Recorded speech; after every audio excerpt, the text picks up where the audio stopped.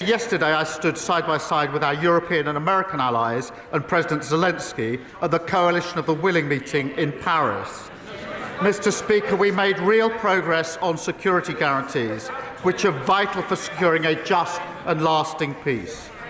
Along with President Macron and President Zelensky, we agreed a declaration of intent on the deployment of forces in the event of a peace deal.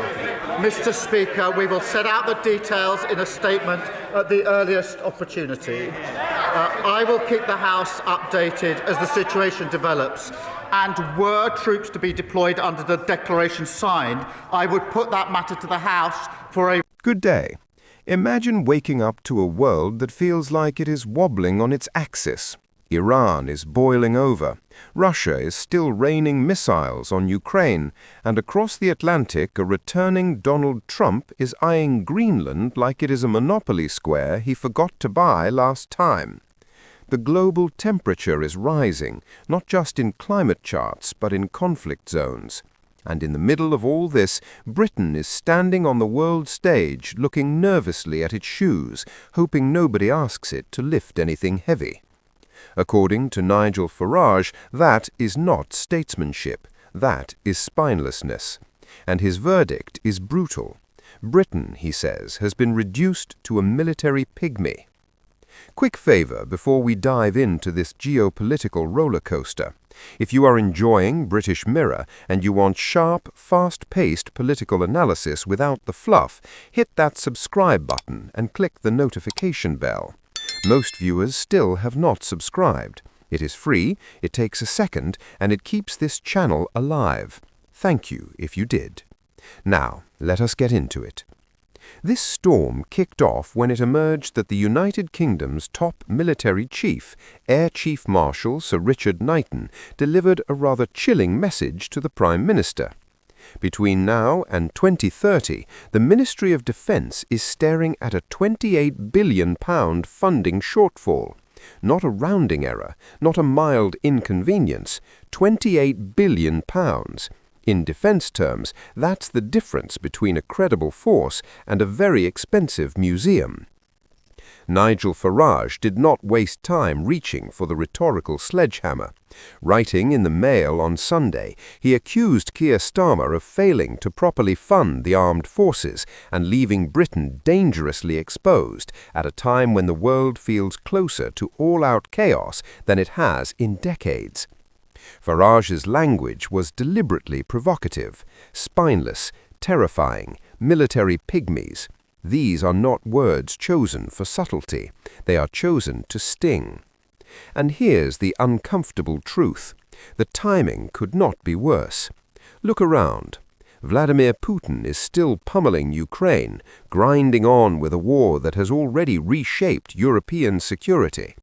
NATO is stretched, nervous, and watching every move from Moscow like a hawk with insomnia. Meanwhile, Iran is teetering on the edge of internal collapse. Protests have exploded across the country, defying brutal crackdowns, internet blackouts, and threats that would chill the blood of anyone with a pulse. Then there's the wild card factor, Donald Trump. Love him or loathe him, his return to the global stage has brought unpredictability back with a vengeance. His comments about Greenland have not just raised eyebrows, they have rattled diplomatic teacups across Europe. When the leader of the free world starts sounding like a man negotiating a property deal, allies start recalculating their assumptions very quickly. Against that backdrop, Britain's defence posture matters. It matters a great deal. Yet Farage argues that under Starmer, Britain is drifting, neither fully committed to rebuilding hard power, nor honest about the risks of underfunding it. It's the worst of both worlds, all the danger, none of the preparation. Let's pause here, because defence spending is one of those topics that makes eyes glaze over faster than a Treasury spreadsheet. Percentages of GDP, procurement cycles, capability reviews. But at its core, this is simple. Defence spending is like an insurance policy. You resent paying it until the day your house catches fire, then you wish you had paid more. The United Kingdom currently sits around the 2% of GDP NATO target, give or take. On paper, that sounds respectable. In practice, it masks years of hollowing out, delayed procurement, shrinking stockpiles, recruitment challenges, equipment gaps. When senior military figures start quietly warning about massive funding holes, that's not saber-rattling, that's a smoke alarm. Farage's argument is that Keir Starmer lacks the backbone to confront this reality, that he wants to look sensible, responsible, fiscally cautious, but ends up looking hesitant at precisely the moment decisiveness is required. In Farage's telling, Britain risks being dragged into conflicts it is not properly equipped to fight, relying on allies while offering less and less in return. And this is where Iran enters the picture with frightening speed. Protests against the Islamic regime have spread to more than 100 cities and towns. Inflation has crushed living standards, anger has boiled over, and the response from the authorities has been ruthless. According to human rights groups, more than 2,500 people have been arrested. Hundreds are reported killed or wounded. The Attorney General has declared protesters to be enemies of God, a phrase that in Iran carries the death penalty like a shadow. Exiled Crown Prince Reza Pahlavi, widely tipped as a potential future leader if the regime falls, has called on the United Kingdom to stand with Iranian protesters in their hour of need. That's not just a moral appeal, it's a geopolitical one. If Iran collapses or explodes, the shockwaves will be felt far beyond Tehran. Energy markets, regional stability, nuclear concerns, refugee flows, and yes, military involvement. Diplomatic sources are already whispering that Britain could be drawn into action if the United States moves to topple Iran's supreme leader. If that happens, Britain will face a stark test, not of its rhetoric, but of its readiness. And that brings us right back to that £28 billion hole. Farage paints a picture of a Britain caught between danger and denial, a country that still speaks the language of a great power, but increasingly lacks the muscle to back it up. His critics would say this is classic Farage exaggeration, alarmism wrapped in populism. But supporters argue that exaggeration is sometimes the only way to cut through complacency. Let's be clear, no one is seriously suggesting Britain should go charging into conflicts alone, waving a flag and humming "Rule Britannia." The age of empire is long gone, but alliances only work when each partner pulls its weight, and credibility, once lost, is painfully hard to regain. Starmer's defenders argue that defense spending must be balanced against other priorities: health, education, infrastructure.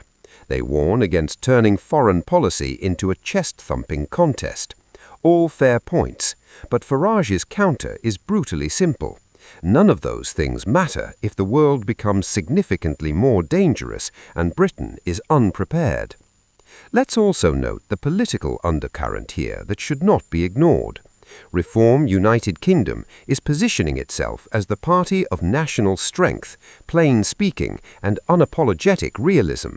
By attacking Starmer on defense, Farage is tapping into a deep vein of public anxiety. People sense that the world is becoming less stable. They feel it in energy prices, in news alerts, in the constant drumbeat of crisis. A leader who seems hesitant in that environment risks looking out of his depth. The phrase military pygmy is deliberately provocative, but it sticks because it plays on a fear that Britain, once a central player in global security, is shrinking into irrelevance by default rather than by design, not because it chose peace, but because it avoided hard decisions. And then there's the question of deterrence. Defense spending is not just about fighting wars, it's about preventing them. A well-funded, well-equipped military sends a signal that aggression will be costly. When that signal weakens, the calculations of adversaries change, slowly at first, then all at once. Look again at Russia, look at Iran, Look at the uncertainty surrounding the United States. This is not a moment for strategic ambiguity born of budget anxiety. This is a moment for clarity. Either Britain intends to remain a serious player, or it accepts a reduced role and the risks that come with it. Farage's warning resonates because it is delivered against a backdrop of genuine global instability. His critics may scoff at his tone, but they struggle to dismiss the underlying concern. When your own top military leaders are flagging enormous funding gaps, something is amiss. Keir Starmer now faces a choice. He can continue to project caution, hoping the storms pass without Britain being directly hit, or he can confront the uncomfortable truth that defense, like freedom, is rarely cheap, and underfunding it is a gamble with stakes far higher than opinion polls. As Iran's streets fill with protesters, as Ukraine's front lines grind on, and as global politics grows more volatile by the week, Britain's posture matters, not just to allies, not just to adversaries, but to its own citizens, who expect their leaders to take security seriously, even when it is politically inconvenient. Nigel Farage has thrown the gauntlet: spineless or serious, pygmy or player. The coming years will reveal whether this was mere rhetoric or an uncomfortable prophecy. Thank you for watching British Mirror.